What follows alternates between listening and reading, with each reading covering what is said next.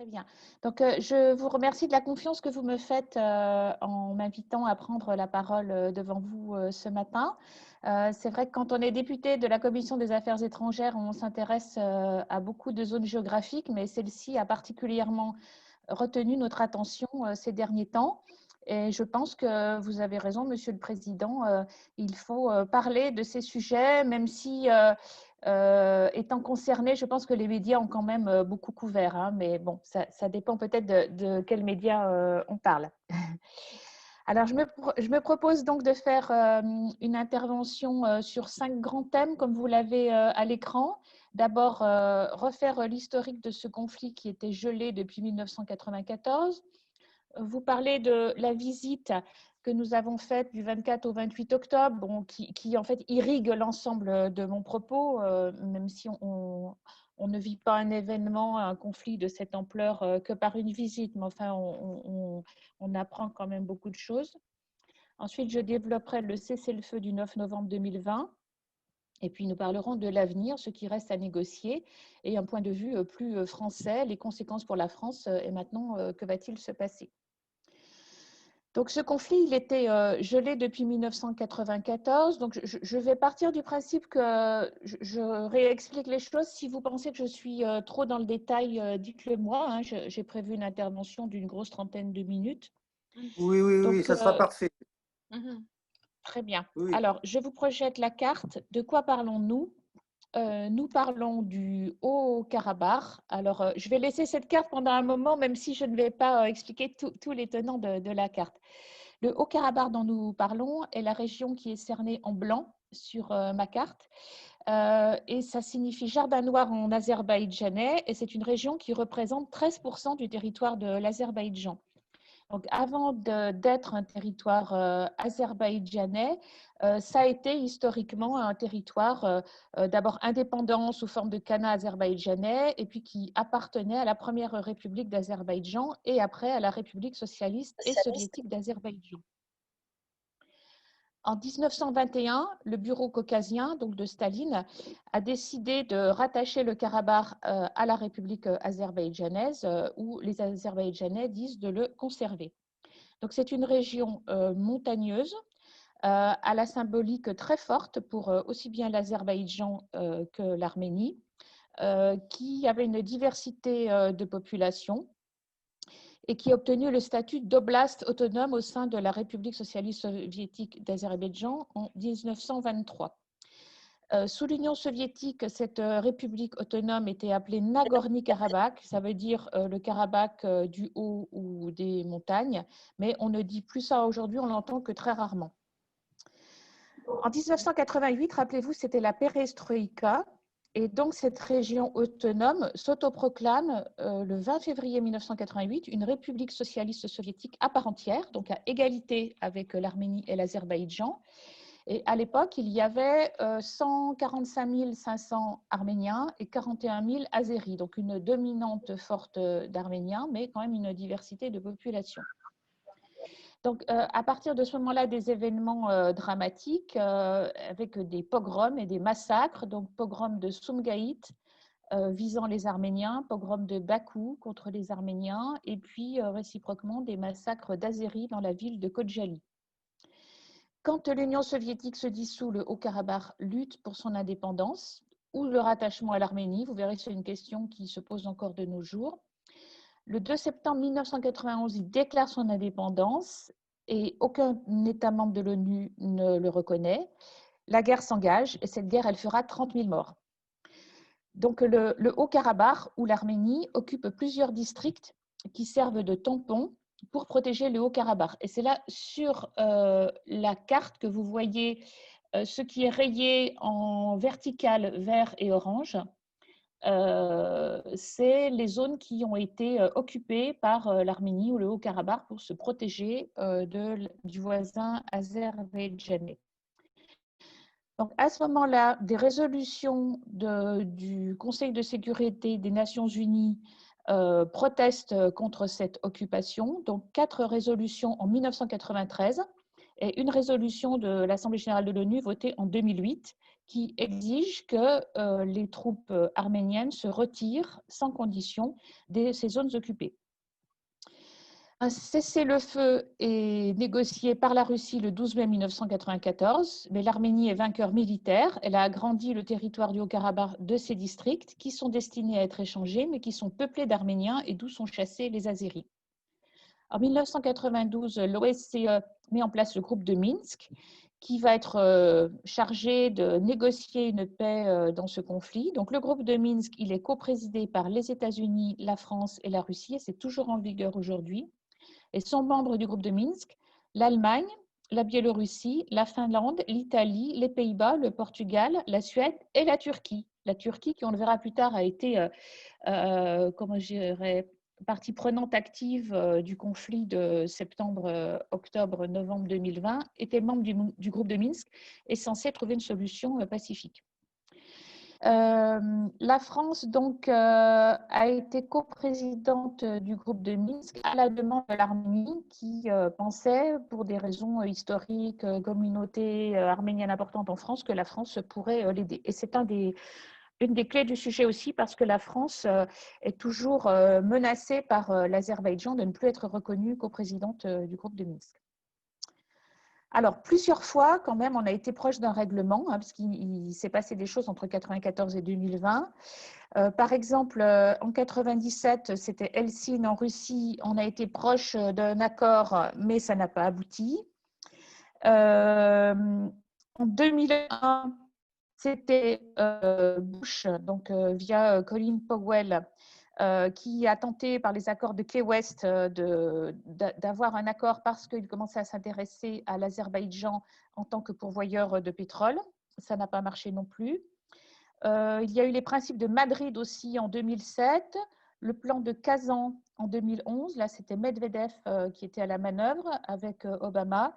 On a failli avoir un accord sur 14 principes de base, mais ça a été un échec. Et tous ces différents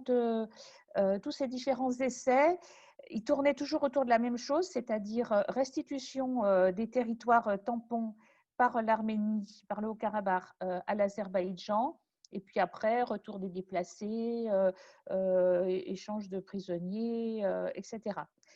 Et ce qu'il faut voir, c'est que dès le début, quand même, si je peux utiliser l'expression, les membres du groupe de Minsk se sont arrachés les cheveux parce que ni l'Azerbaïdjan ni l'Arménie ne voulaient réellement d'un accord. Alors, pour plusieurs raisons. Déjà, celui qui a gagné la guerre, c'était le président Levon Ter-Petrosyan. Et ensuite, l'Arménie a été gouvernée pendant 20 ans par des dirigeants qui étaient issus du Haut-Karabakh. Donc, cette question du territoire du Haut-Karabakh était en quelque sorte surreprésentée dans l'agenda politique à Erevan. Et donc, l'Arménie n'a jamais vraiment voulu la paix. Alors, bon, je sais que quand je dis ça, je m'expose aux foudres des amis de la communauté arménienne, mais c'est reconnu par des observateurs que l'Arménie n'a jamais vraiment voulu cette paix. Du côté azerbaïdjanais, il y avait un revanchisme qui n'a jamais permis d'aboutir non plus, mais je vais y revenir après. D'autres événements à signaler aussi, un Azerbaïdjanais du nom de Safarov qui a assassiné en 2004 un Arménien et qui, quand il est revenu en Azerbaïdjan, a été reçu en héros en 2012. Donc vous imaginez bien que ça a mis de l'huile sur le feu. Et puis des incidents sur la ligne de front réguliers, puisque c'est installé donc, sur cette frontière un système de tranchées avec des échanges de tirs d'artillerie, d'obus. Et en avril 2016, il y a eu encore des morts et des combats. Alors maintenant, je vais me pencher sur la géographie de l'ensemble de cette région. Et je vais vous parler des évolutions respectives de l'Arménie et de l'Azerbaïdjan, les évolutions économiques, politiques et militaires. Donc l'Azerbaïdjan que vous voyez en vert sur la carte, c'est un territoire de 86 000 km², une population de 10 millions d'habitants, c'est le plus grand des pays du Caucase, et donc c'est 3 fois l'Arménie. C'est 3 fois l'Arménie en superficie et en population. L'Azerbaïdjan, quand il est sorti de l'Union soviétique, il a eu beaucoup de revenus grâce à son pétrole, alors que l'Arménie est un pays très pauvre et un pays où il y a beaucoup de fuites d'émigration. Donc l'Azerbaïdjan, mer Caspienne, c'est les 20e réserves mondiales de pétrole et les 25e de gaz, et c'est comparable à celle du Mexique. L'Azerbaïdjan produit 4 fois plus que ses besoins. Elle exporte en Union européenne, et puis elle exporte depuis quelques années en Israël, et ce qui a facilité le fait qu'elle ait des armes par Israël. Il y a aussi un oléoduc qui est déterminant pour ces exportations, qui se dirige vers la Turquie, en passant par Tbilissi en Géorgie. Donc, je m'aperçois qu'il n'est pas sur la carte. Mais enfin, vous voyez comment, en contournant l'Arménie, en contournant l'Iran, l'Azerbaïdjan peut exporter son pétrole. Il passe près du Haut-Karabakh, dans la zone de Tovuz. Sur le Haut-Karabakh, une économie très modeste, 713 millions de dollars en 2019, mais une forte croissance depuis une dizaine d'années. Comment survit le Haut-Karabakh? Parce que c'est de la survie, c'est sous perfusion arménienne et sous perfusion de la diaspora dans le monde, avec beaucoup de construction et avec, j'y reviendrai, une sorte de projection de la communauté arménienne dans le monde sur une Arménie rêvée, une Arménie feuille blanche sur laquelle on peut investir, et ces ressources naturelles ne sont que minières. Alors, d'un point de vue politique, vous avez des situations très différentes aussi. L'Azerbaïdjan, il était gouverné par Aliyev le père et ensuite par Aliyev le fils, Ilyam, avec la femme d'Aliyev aussi qui est vice-présidente et qu'on voit beaucoup en France parce qu'il y a une diplomatie de l'Azerbaïdjan qui consiste aussi à venir régulièrement en France. Ils ont beaucoup d'argent et bon, c'est un peu sujet à caution la façon dont ils l'utilisent. Beaucoup d'utilisation du soft power aussi. Bon, il y a un institut culturel français, mais il y a des tentatives d'influence des élites françaises par l'Azerbaïdjan. Alors l'Arménie, elle, n'est pas une autocratie, c'est une démocratie. Alors, c'est plus démocratique depuis 2018, depuis qu'il y a eu cette révolution pacifique de velours le 23 avril 2018. La date est importante parce que le 24 avril, c'est la date de commémoration du génocide arménien, qui pour les Arméniens du monde entier est toujours une journée très douloureuse qui leur rappelle ce génocide de 1915 qui n'est pas reconnu partout et qui est vraiment existentiel pour eux. Et donc on dit que si Pachinian est arrivé au pouvoir sans effusion de sang, c'est parce qu'un 24 avril, jamais le sang n'aurait pu couler entre les Arméniens. Donc Pachinian est arrivé en avril 2018 et c'était le premier dirigeant depuis très longtemps à n'être pas issu du Haut-Karabakh. Au début, on a cru qu'il voulait absolument la paix. Et puis ensuite, il a commencé à remettre en cause les principes de Madrid dont je vous ai parlé tout à l'heure. Et puis, il a déclaré le Haut-Karabakh, c'est l'Arménie. Donc, petit à petit, Pachinian s'est inscrit finalement dans une ligne encore plus dure que celle de ses prédécesseurs, et ce qui explique aussi ce qui s'est passé après. Je vous montre aussi sur la carte que l'Arménie, en orange, est un pays enclavé.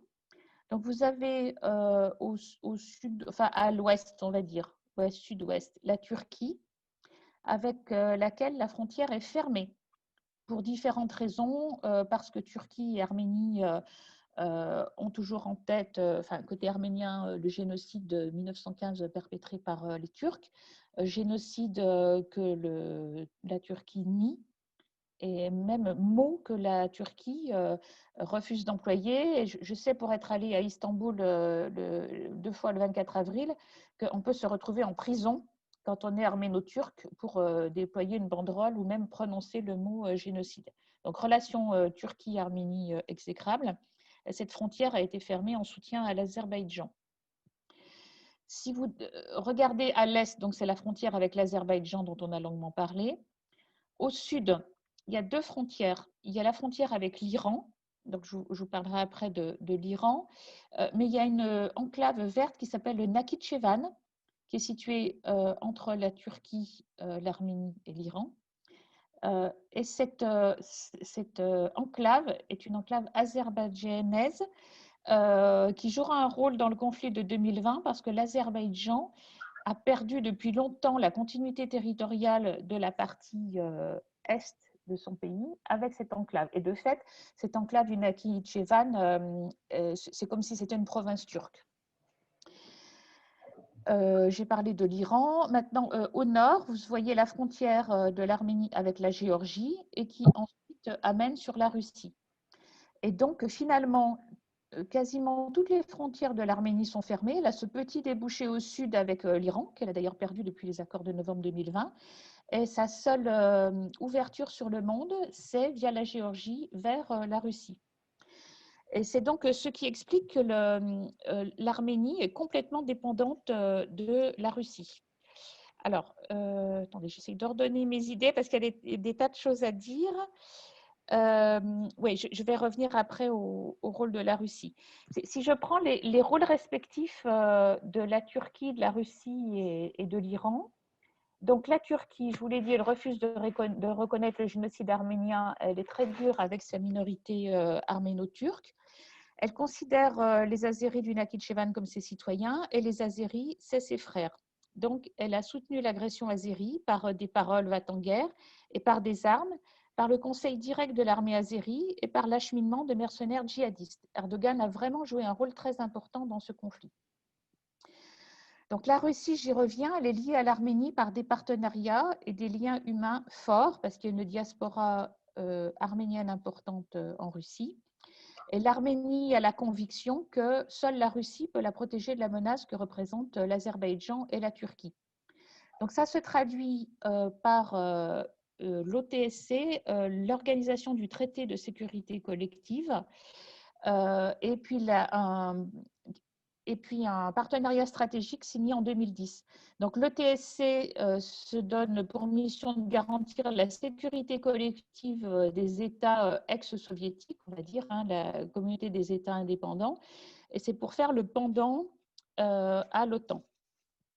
Donc la conséquence de ça, c'est qu'il y a 2 bases russes présentes sur le territoire arménien. Il y en a une à Gumri, donc vous voyez Gumri, c'est au nord de l'Arménie, près de la frontière avec la Géorgie, où sont présents 1000 hommes.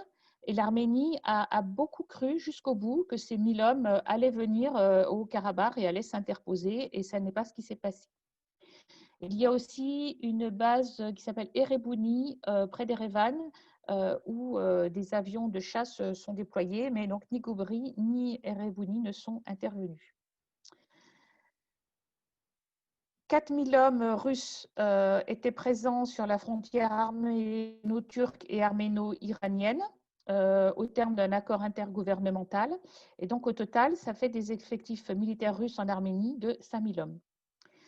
Alors, il faut savoir que malgré ces liens et malgré cette dépendance proclamée, reconnue et appréciée, Nicole Pachinian, quand il est arrivé au pouvoir en avril 2018, il avait un positionnement contre la corruption. Et donc, qui est-ce qui était corrompu dans le pays, en Arménie? C'était essentiellement des élites proches du pouvoir russe. Donc, il a mis en prison un ancien président. Il a dit qu'il allait lutter contre ça et du coup, il s'est fait mal voir de Poutine. Et en fait, beaucoup pensent que si la Russie a regardé avec une certaine passivité ce qui arrivait au Karabakh, c'est peut-être parce que la Russie, Poutine n'était peut-être pas mécontent de montrer à Pachinian quelle était sa dépendance. L'Iran. Alors, l'Iran, c'est un pays donc, de majorité chiite. L'Azerbaïdjan est chiite à 75% aussi. Donc, l'Iran a longtemps été bienveillant avec l'Arménie, mais a pris parti pour l'Azerbaïdjan le 26 octobre. Donc, pourquoi? C'est vrai que la position de l'Iran a été très regardée. Donc, il y a 2 axes dans la politique iranienne. Et d'un côté, l'axe Rouhani-Zarif qui ont opté pour la neutralité. Et puis, d'autre part, des représentants du Guide suprême dans 4 provinces à population majoritairement turque qui ont affirmé leur soutien à l'Azerbaïdjan. Donc, l'Iran était soucieux avant tout de préserver son intégrité nationale, puisque sur les 80 millions d'habitants que compte l'Iran, la communauté azérie représenterait entre 15 et 30 millions de personnes, alors que la communauté arménienne en représente 300 000. Donc, l'Iran ne pouvait se permettre de perdre ses relations cordiales avec l'Azerbaïdjan. Mais en même temps, l'Iran ménage la Russie, qui est un partenaire de l'Arménie, mais un soutien de Téhéran au Conseil de sécurité de l'ONU face évidemment aux États-Unis. Et puis, dernier point peut-être, j'ai commencé à vous le dire, mais donc Israël a vendu beaucoup de drones de dernière génération à l'Azerbaïdjan et l'Iran n'était pas très tranquille de sentir l'Israël aussi près de ses frontières avec ses armes sophistiquées. Donc le conflit lui-même, ça sans doute vous le savez, mais je vous le résume. Le 27 septembre 2020, donc des combats meurtriers qui éclatent dans le Haut-Karabakh. Et dès le premier jour, Stepanakert, qui est la capitale du Haut-Karabakh, bombardée par les Azéris. Nicole Pachinian réagit très vite en décrétant la mobilisation générale et en instaurant la loi martiale. Donc, mobilisation générale, ça veut dire que tous les hommes, enfin, au-delà des conscrits, tous les hommes, jeunes, moins jeunes, étaient susceptibles d'être envoyés au front. L'Azerbaïdjan, avec Ilham Aliyev, a déclaré également la loi martiale et puis a annoncé dès le début qu'il lançait une grande offensive. Dans les différents événements, donc, l'Arménie a affirmé que ses avions Su-25 étaient abattus par un F-16 de l'armée turque. Ça a été démenti. Sans doute l'histoire nous permettra de savoir si c'était vrai ou pas. Des villages assez rapidement qui ont été capturés par les forces azéries.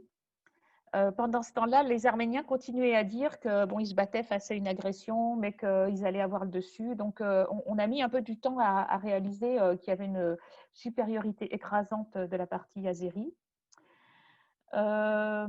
Bombardement de civils dans la ville de Stepanakert. En retour, bombardement de l'Arménie sur la ville de Gandja. Départ massif de populations civiles au Karabakh pour Erevan. Bombardement de la cathédrale de Chouchi, qui détruit un lieu très important pour les Arméniens. Un premier cessez-le-feu décrété le 10 octobre et qui dure très peu de temps. Gandja à nouveau cible de missiles. Deuxième trêve humanitaire négociée le 18 octobre et qui échoue rapidement aussi.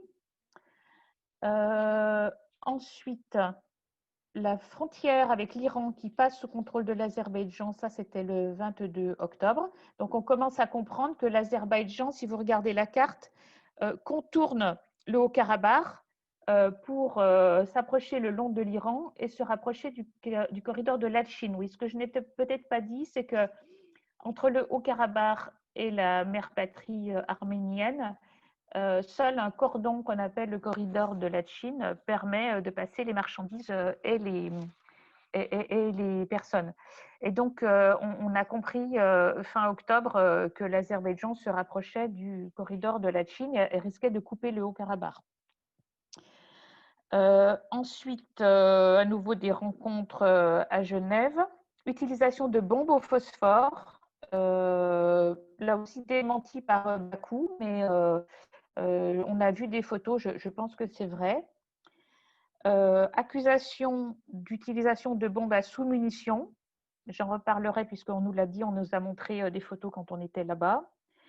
Et puis, ça a commencé à vraiment être dramatique en termes de position militaire pour l'Arménie à partir du 7 novembre, puisqu'il y avait des coups de fil incessants entre le président Macron, Poutine, Erdogan. Mais à partir du 7 novembre, il est apparu que Chouchi, en arménien, qui s'appelle Choucha en azéri, était pris. Et à partir du moment où Chouchi, qui est sur une hauteur qui domine Stepanakert, était sous domination azérie, Stepanakert risquait de tomber.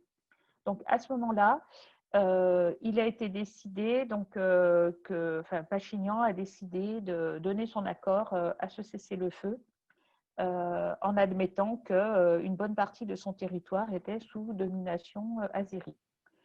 Il y a eu aussi un événement, c'est un hélicoptère russe qui était abattu au-dessus d'un village arménien pas très loin du Nakhichevan avec la mort de 2 pilotes.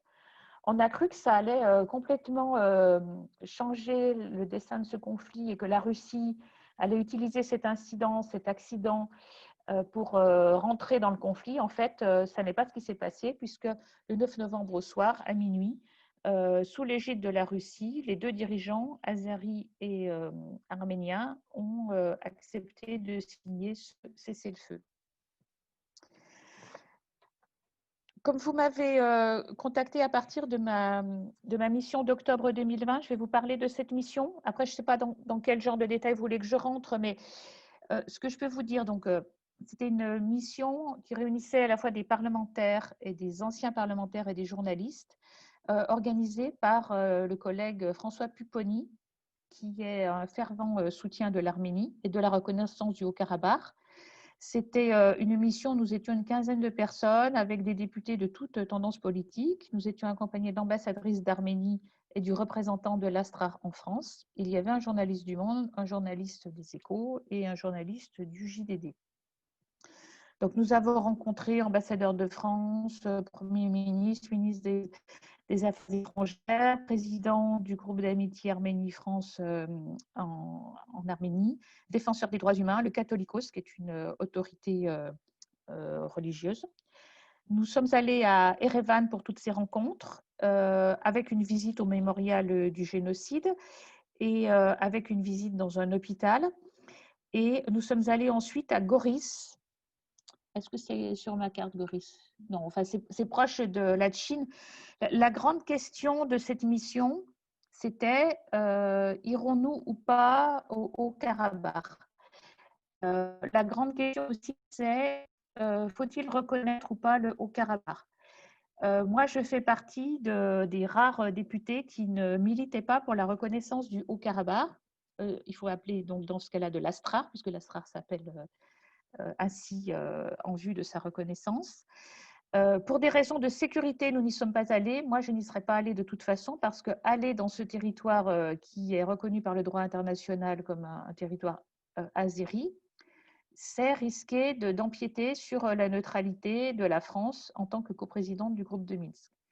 Donc la grande question jusqu'au bout, ça a été on y va pas. Et en fait, pour des raisons de sécurité, on s'est arrêté à Goris où on a rencontré le ministre des Affaires étrangères de l'Astrar. Et je mets des guillemets autour parce que dire qu'on a rencontré le ministre des Affaires étrangères de l'Astrar, c'est déjà reconnaître l'existence de cette république indépendante de l'Astrar. Bon, tous les discours qu'on a entendus, évidemment, hein, c'était fait pour ça, mais je le dis sans animosité, c'était un voyage organisé par des députés, mais se basant sur la logistique arménienne et destiné à nous faire entendre le point de vue arménien du conflit.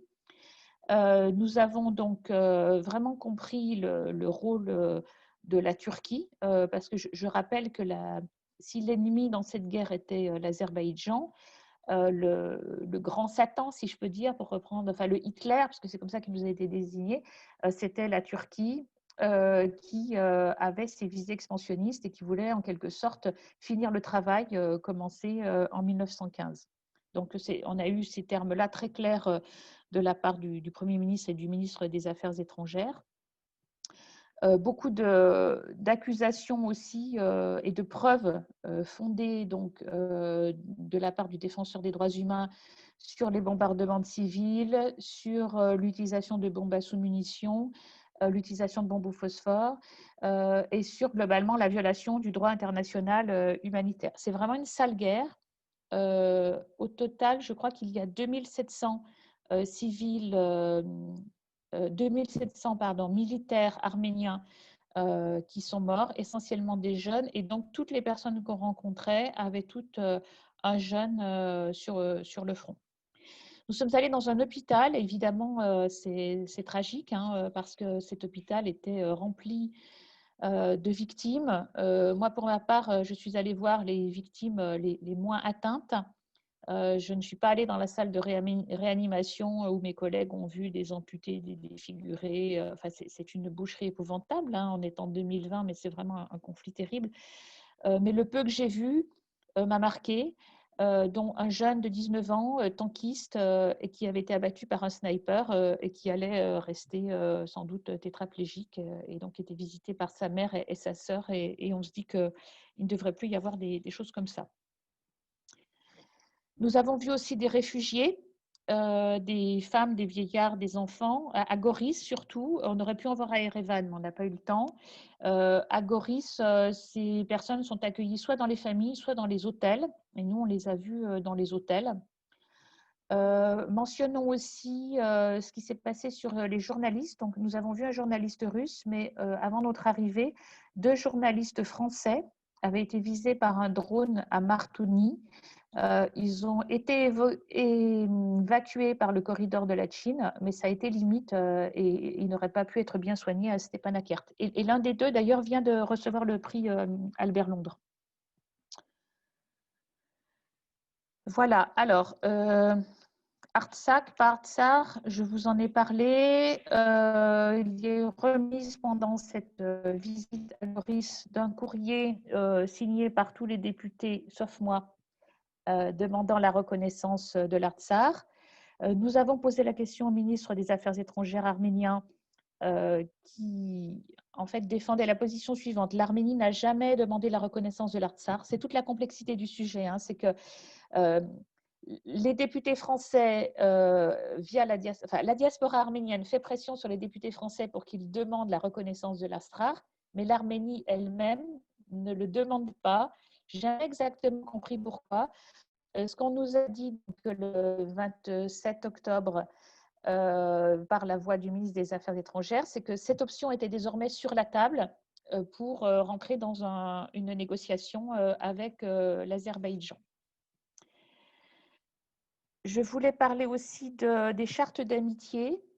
Je suis dans un département, la Drôme, où 3 collectivités, alors je crois qu'il y en a 4, il y a le conseil départemental et 3 villes de la Drôme ont des liens d'amitié avec le Haut-Karabakh et ont signé des chartes d'amitié avec des collectivités locales équivalentes.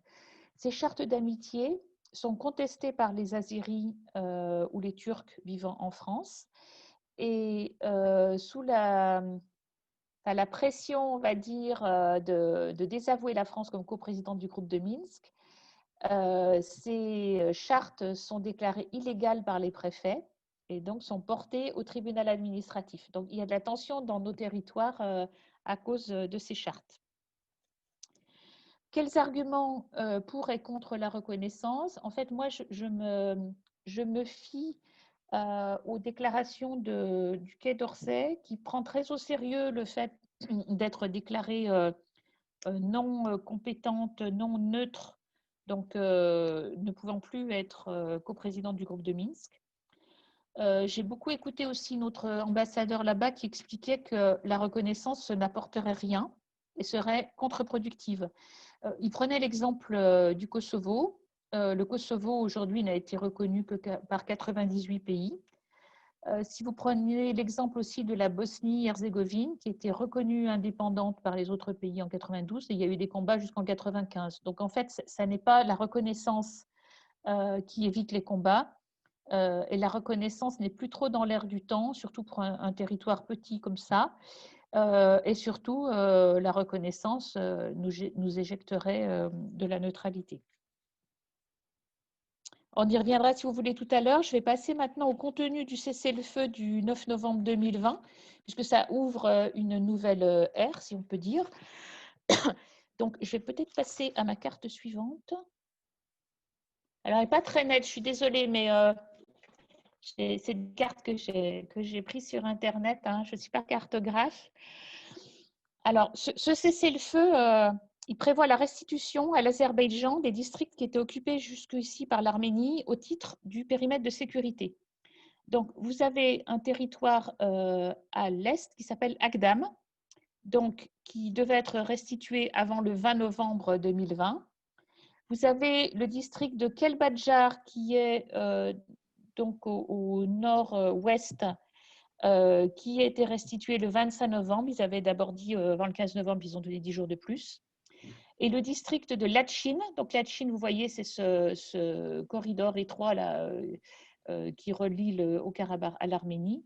ce district a été rendu le 1er décembre. Il y a des articles du Monde très intéressants, si vous voulez lire, qui montrent que la restitution, elle est compliquée parce que les frontières exactes ne sont pas complètement définies. Donc, Azéris et Arméniens et Russes sont là-bas sur place et c'est des fois des tas de pierres comme des cairns qui déterminent où passe la ligne de frontière, qu'est-ce qui reste enfin, sous contrôle russe et qu'est-ce qui passe à l'Azerbaïdjan. Donc, en même temps que le retrait des troupes arméniennes, donc restitution des districts, déploiement pour une durée de 5 ans de forces du maintien de la paix sous l'égide de la Russie, le long de la ligne de contact du Haut-Karabakh et le long du corridor de Latchine.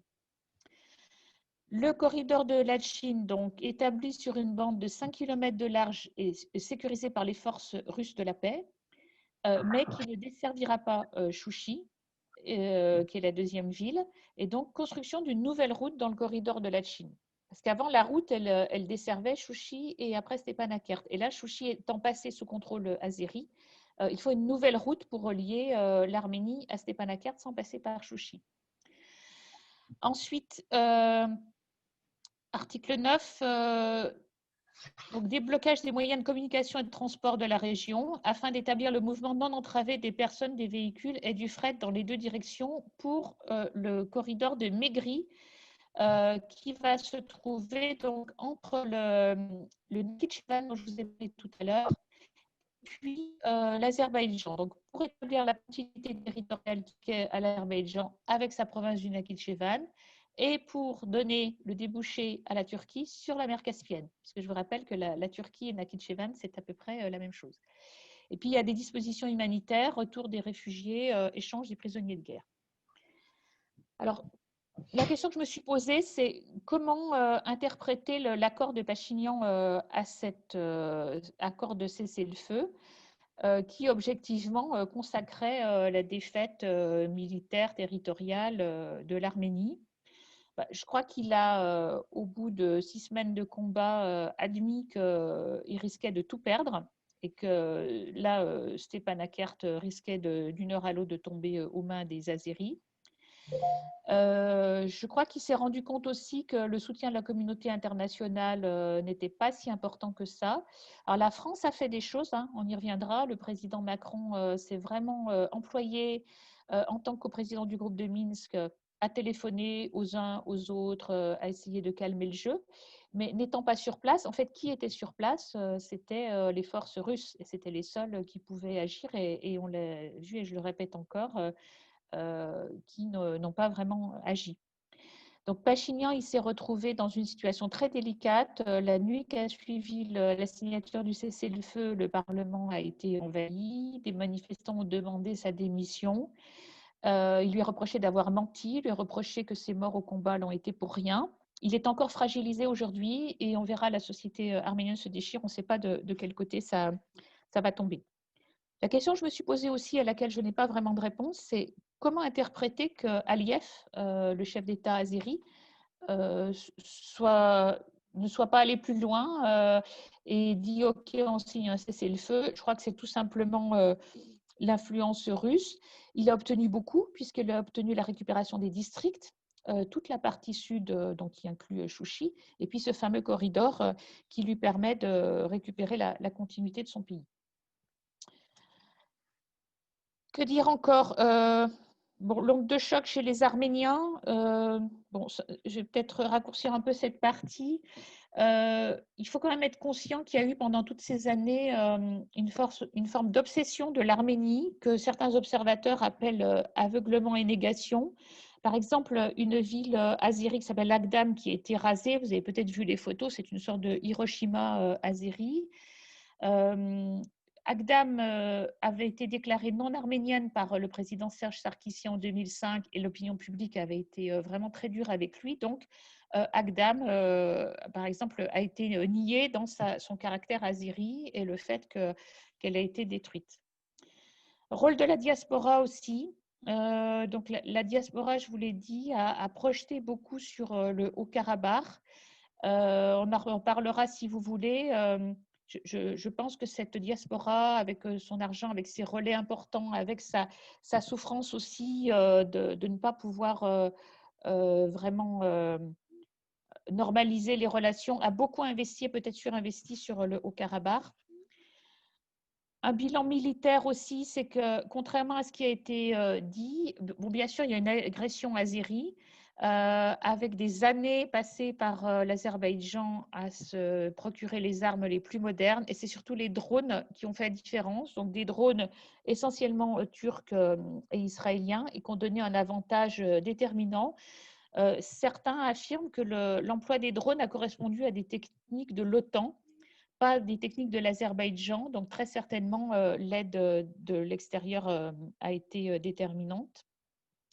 Et puis ces fameux mercenaires syriens, qui d'ailleurs risquent de ne pas quitter le territoire, face à des Arméniens entraînés, volontaires, désireux de se battre, mais qui étaient dans des tranchées. En fait, la guerre était asymétrique et ça n'a pas pu durer. Peut-être finir cette partie avec une parole du président de la République d'Artsakh, qui a parfois été critiqué pour son manque d'autorité et de charisme, donc Arayik Haroutiounian, qui lui a déclaré des choses très fortes le lendemain de la capitulation. Il a dit « Nous sommes tous des traîtres, nous n'avions pas assez de ressources, nous avons trahi nos jeunes soldats ». Et ça, je pense que pendant des années, on va en entendre parler. Voilà, je passe maintenant à ma dernière partie sur ce qui reste à négocier. Alors, il reste plein de choses à négocier, en fait. C'est-à-dire, ce cessez-le-feu, il détermine un certain nombre de choses. Mais qu'est-ce qui reste à négocier? D'abord, le strict respect des engagements pris par l'Azerbaïdjan, l'arrêt immédiat de l'offensive et l'interdiction d'utilisation des drones. On n'est jamais à l'abri d'une réplique du conflit. Le statut de ce territoire, donc de ce Haut-Karabakh réduit à sa portion congrue. Est-ce qu'il va être rattaché à l'Arménie? Est-ce qu'il va être autonome? Bien sûr, à nouveau, les Arméniens du Haut-Karabakh et la diaspora arménienne demandent qu'il y ait une reconnaissance de ce territoire. Il reste à s'assurer que la Russie, elle joue un rôle pacificateur et qu'elle fait respecter les droits des populations. Quand on sait comment la Russie fait en général, quand elle a une présence militaire, on peut avoir des doutes. Garantir le retour des populations arméniennes dans ce territoire. Je sais que la population arménienne réfugiée à Yerevan se pose des questions. Est-ce qu'il faut y retourner? Dans quelles conditions? Ou est-ce qu'il vaut mieux rester en sécurité à Yerevan sur l'Arménie? Protection du patrimoine, évidemment, vous avez dû voir ces images aussi des monastères. Pour les Arméniens, les Kachkars, les croix sacrées, les monastères, dont le monastère de Davidang qui est dans le district de Kelbadjar, c'est une déchirure pour eux de voir comment ils peuvent être profanés par les Azéris. Et donc l'UNESCO pour ça intervient.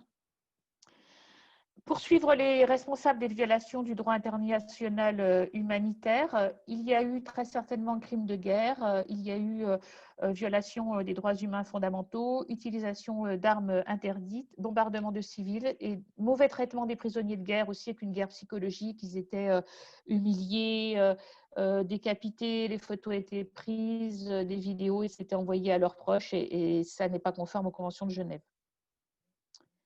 Alors, quelles sont maintenant les conséquences pour la France et puis je dirais les perspectives.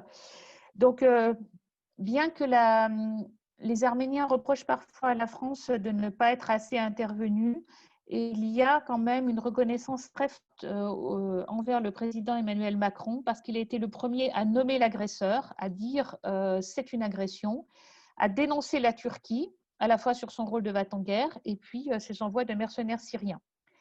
En revanche, bon, il y a beaucoup d'humanitaire qui est fait, hein, plusieurs avions qui sont partis. Moi, ce que j'ai noté, c'est que la partie arménienne était furieuse que de l'aide humanitaire ait été envoyée aussi à l'Azerbaïdjan, au plus fort des conflits. Le 12 novembre, le président de la République a redit sa disponibilité pour bâtir une solution politique équitable, durable et acceptable pour toutes les parties au Haut-Karabakh. Nous soutenons, donc je dis nous parce que nous, les parlementaires, nous voulons aussi que la France reste coprésidente du groupe de Minsk et qu'il y ait des initiatives de prise.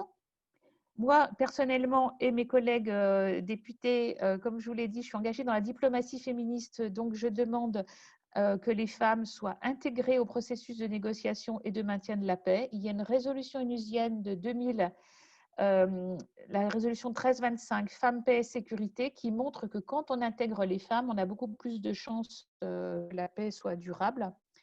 Et donc, la France ayant une diplomatie féministe devrait soutenir ça.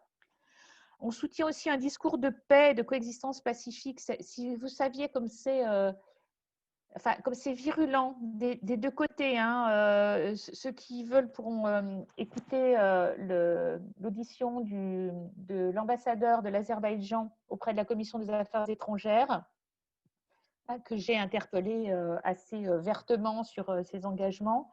Aliyev a quand même dit que les Arméniens étaient des chiens et qu'ils les avaient chassés de leurs terres. Et donc, il faut arrêter avec ce discours et qui, malheureusement, est souvent symétrique. Voilà, l'Union européenne peut mettre en place des sanctions économiques envers la Turquie. On en parle, il y a un Conseil européen cette semaine. Surveillons ça parce que la Turquie ne s'est pas bien comportée. Elle ne se comporte pas mieux au Karabakh qu'elle ne s'est comportée en Libye ou en Méditerranée orientale. Voilà. Pour conclure, je vais vous dire 2 mots, mais seulement 2 mots, je développerai après, sur ce qui s'est passé au Parlement, c'est-à-dire au Sénat et à l'Assemblée nationale. Donc, comme vous l'avez senti, nous, les parlementaires, nous sommes concernés par ce sujet et nous avons une diaspora arménienne active dans nos territoires. Et donc, il y a eu au Sénat une résolution votée le 25 novembre, 305 voix pour, une seule contre et 30 abstentions, qui invitait le gouvernement à reconnaître la République du Haut-Karabakh, pour faire simple. Donc, l'Azerbaïdjan a tout de suite réagi en disant, puisque le Sénat vote ça, il faut que la France sorte du groupe de Minsk. À l'Assemblée nationale, donc, nous avons adopté le 3 décembre dernier une résolution proposée par les Républicains et qui portait sur le conflit au Karabakh et sur la reconnaissance et sur les chrétiens d'Orient. Donc, 188 voix pour, 3 contre, 16 abstentions. J'ai voté pour. Si vous voulez, vous pourrez lire cette résolution. En fait, elle est assez générale. Elle dénonce les agissements de la Turquie au Karabakh contre les chrétiens d'Orient. Et puis, elle dit que la question de la reconnaissance doit être intégrée au processus. Voilà, le terme exact, c'est affirme l'urgente nécessité d'aboutir à un règlement définitif du conflit, garantissant la sécurité durable des populations civiles affectées et la mise en œuvre d'un processus de paix et de reconnaissance du Haut-Karabakh. Donc, je l'ai voté parce que c'est dans le cadre d'un processus de paix global. Et puis, nous, la République en marche, nous avons écrit une proposition de résolution qui n'est pas encore passée à l'agenda du gouvernement et qui liste 15 points.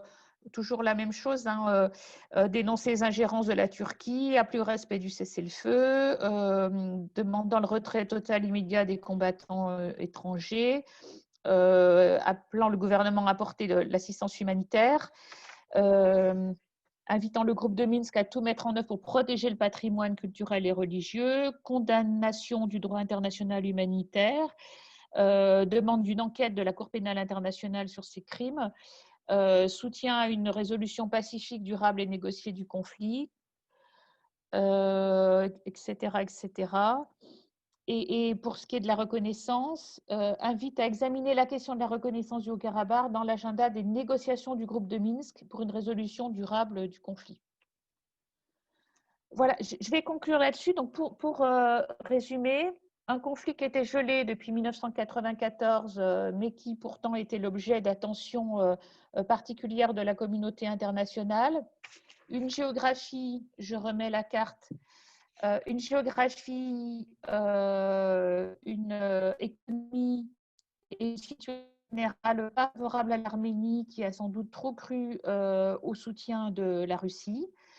Un entretien de l'attention finalement qui a consacré le souhait de revanche de l'Azerbaïdjan qui s'est armé et qui par cette offensive du 27 septembre a rapidement battu l'Arménie, enfin le Haut-Karabakh, et un cessez-le-feu du 9 novembre qui résout certaines choses et qui surtout arrête les victimes après beaucoup de combats, mais qui ne résout pas tout, et donc très certainement un sujet à surveiller, à la fois parce que c'est une région du globe qui est explosive, mais aussi parce que ça a beaucoup de retentissement sur d'autres puissances internationales et en particulier sur la France qui historiquement est proche de l'Arménie. Voilà, je m'arrête là. Merci de votre attention.